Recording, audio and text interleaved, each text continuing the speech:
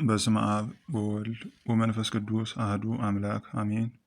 ሰላም ውድ የእግዚአብሔር ቤተሰቦች፣ የእመቤታችን የቅድስት ድንግል ማርያም የአስራት ልጆች፣ የቅዱሳን ወዳጆች በፍጹም የእግዚአብሔር ሰላምታ ሰላም እላችኋለሁ። እንደምን ቆያችሁ? እንደምን እስከዚህ ሰዓት ደረሳችሁ?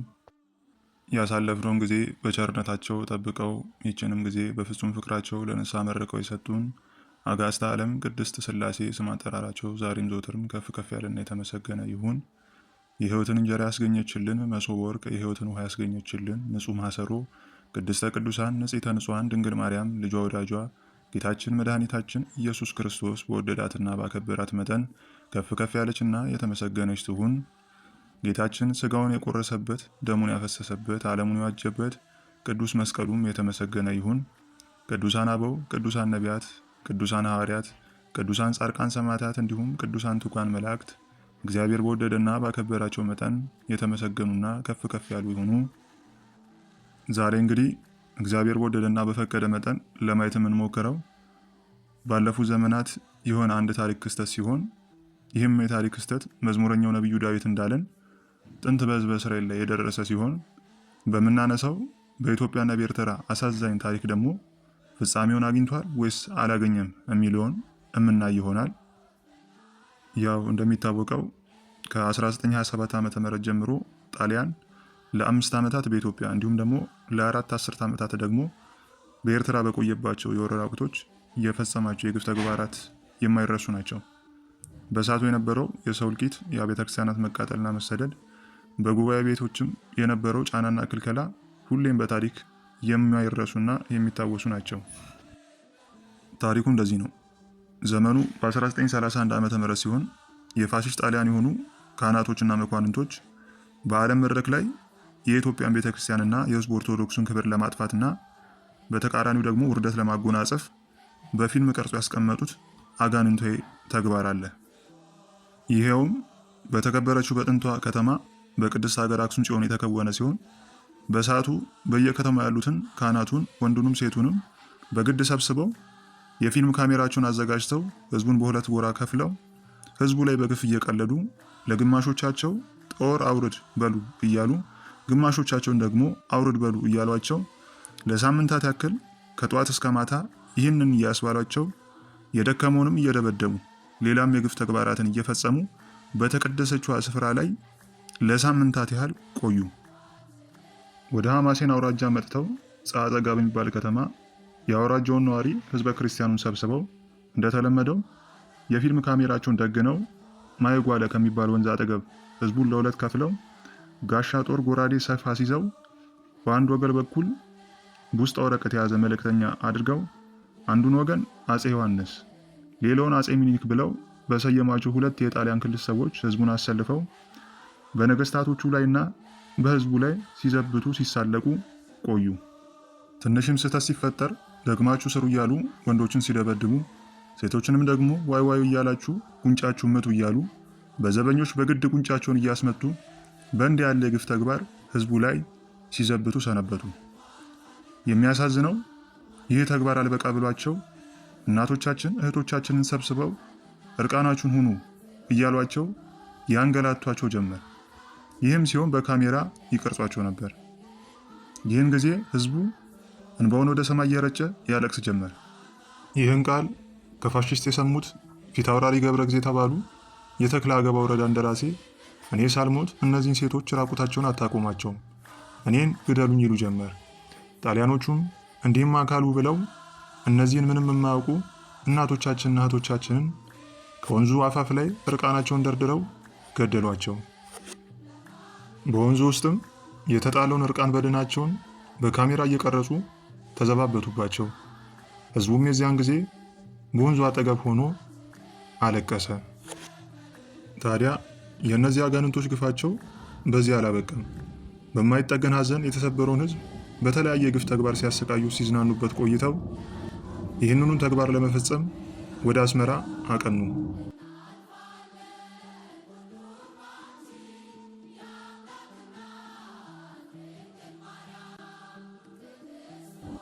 በዛም በቤተ ክህነት ቅድስት ማርያም አካባቢ የህዝብ ኦርቶዶክሱና የቤተክርስቲያንን ስርዓት ለዓለም ህዝብ መዘባበቻ ለማድረግ ከአክሱም ጽዮን፣ ከሐማሴን፣ ከአስመራ በግድ ካህናትን መዘምራንን ከንዋየ ቅድሳት ጋር ሰብስበው በጣሊያኖቹ ሳን ፍራንሲስኮ በሚባል ቤተ አምልኮ መቼም ቤተክርስቲያን እንዳልሆነ ግልጽ ነው ልለውም አልችልም። በዛ ህንፃ ውስጥ ሰብስበው ህፃናቱን፣ ዲያቆናቱን፣ መዘምራኑን ለንግስ ለአውደ ዓመት የሚለብሱትን የወርቅ ልብሰ ተክህኖ አልብሰው በግድ እነርሱ እንዳዘዟቸው ይውሉ ነበር። ሳን ፍራንሲስኮ ቤተ አምልኮም የሚውለው በተለያዩ መብራቶች ተንቆጥቁጦና ከተለያዩ አብያተ ክርስቲያናት በተዘረፉ ከ1000 በላይ በሆኑ ጽናዎች በጣራው ላይ ተንጠልጥለው ነበር። በተለያየ አቅጣጫም ይህን እንደ ክብር የሚያዩትን የግፍ አጋንንታዊ ተግባራቸውን ቀርጸው የሚያስቀሩበትን የካሜራ ዕቃዎችም ነበሩ። በዚህም ስፍራ የተለመደውን ቤተ ክርስቲያንንና ህዝብ ኦርቶዶክሱን ለዓለም መዘባበቻ ለማድረግ የኢትዮጵያ ኦርቶዶክስ ተዋሕዶ የማዕረገ ክህነት አሰጣጥ በማለት የጣሊያን ክልስ የሆነውን ሴልቬስትሪ የተባለውን የጳጳስ ቆብና ልብሰ ጵጵስና አልብሰው ስሙንም አባ ማስያስ ብለው ሰይመው ከወንበሩ አስቀመጡት። ከኛም በግድ ቄስ ዘርዓ እግዚእ የተባሉትን አቡነ ቀሲስ ብለው አስነሷቸው። ከዛም ያመጧቸውን ወጣቶች አንድ ባንድ እያስነሱ በፌዝ አሞሌ ጨው እያስያዙ ወደ ጳጳሱ ተብዮ ሄደው አጎንብሰው እንዲባረኩና ጳጳሱ ተብዮም በመስቀሉ ፓርጎ ቱ ጥሪቲ ቱ ፕሪቲ እያለ ማለትም በአማርኛ አንተ ቀስሳል እያለ ሲያሰናብታቸው ይውል ነበር። በዚህ መሃልም መዘምራኑን ወረብ ወርቡ እያሉ በግድ ያስወርቧቸው ነበር። ባለ ታሪኩ እንዳሉት ወረብ ስንወርብ የፊልም አንሺው ዋና አዛዥ ይደሰት ነበር። ይህም የዜማውን ጣም ብቻ በመስማቱ ነው እንጂ ሚስጥሩን ቢያውቅ ኖሮ በጥይት ጨርሶ ያጠፋን ነበር አሉ። ምክንያቱም እኛ የባዕድ መንግስት ግፍ ስላሰቀቀንና የባዕድ መንግስት አገዛዝ ስለጠላን በግዕዝ ቋንቋ የኢትዮጵያ መንግስት ንጉስ ከጥንት ጀምሮ የተሰየመው ንጉስ ጽዮን የሚል ሲሆን እኛም በዚሁ ስም ንጉስሽ ጽዮን በጠላት አይሸነፍም፣ አይጠፋም፣ ሀገሪቷንም አይተዋትም በሚል ምስጢራዊ ጸሎት እግዚአብሔርን በመለመን በያሬዳዊ ዜማ ወረባችንን እየመላለስን እንዘምር ስለነበረ ነው ብሏል።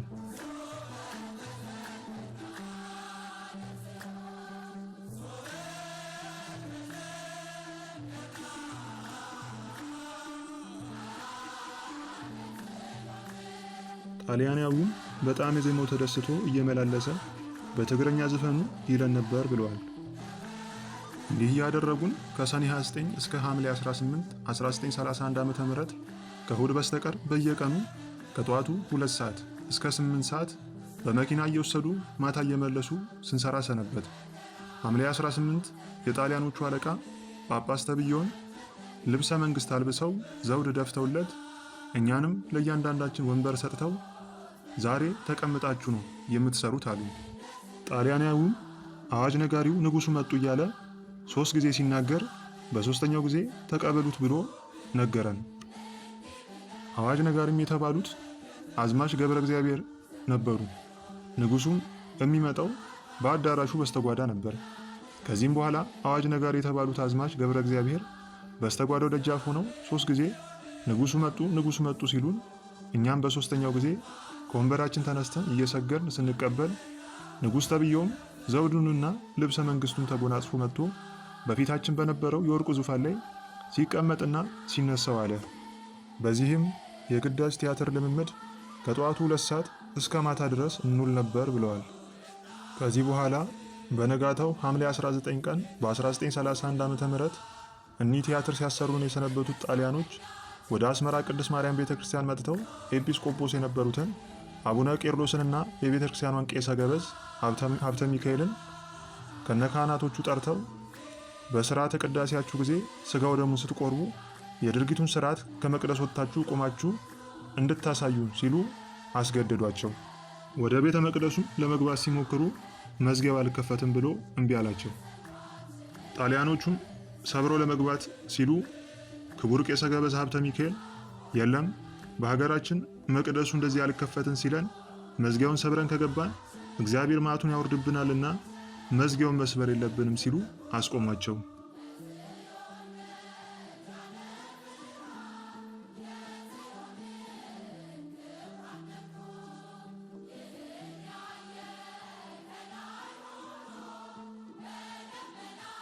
ጣሊያኖቹ ምንም ይሄ ክፋት ሀሳባቸው ባይሳካላቸውም ልብሰ ተክህኖ የለበሱ ካህናቱን ከመቅደሱ ደጃፍ አቁመው እየዘበቱ ፎቶግራፍ አንስተዋቸው እንደሄዱ ባለ ታሪኩ አስቀምጠውልናል።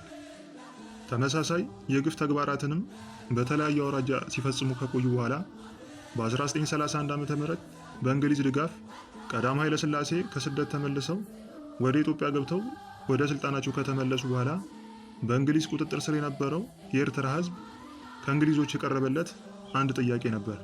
እርሱም ማን እንዲገዛችሁ ትፈልጋላችሁ የሚል ነበር። ሕዝቡም በእነዚህ የመከራ ዘመናት ብዙ ነገር ቢያጣም በልቡ ለዘመናት ያለመከነ ጽኑ የሀገር ፍቅር ስሜት ስለነበረው ኢትዮጵያ ወይም ሞት የሚል ማህበር በማቋቋም ኢትዮጵያ ሀገራችን፣ ኃይለ ሥላሴ ንጉሳችን ሲል ምላሹን ሰጠ።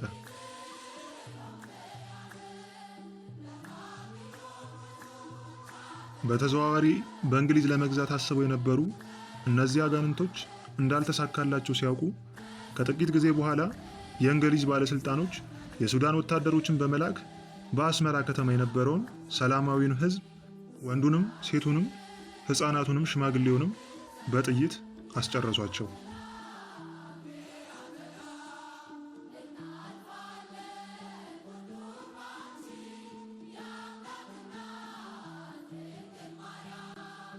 ይህም የግፍ ተግባር የተፈጸመው ነሐሴ 22 ቀን ከቀኑ 11 ሰዓት ጀምሮ መሽቶ እስኪነጋ ነበር።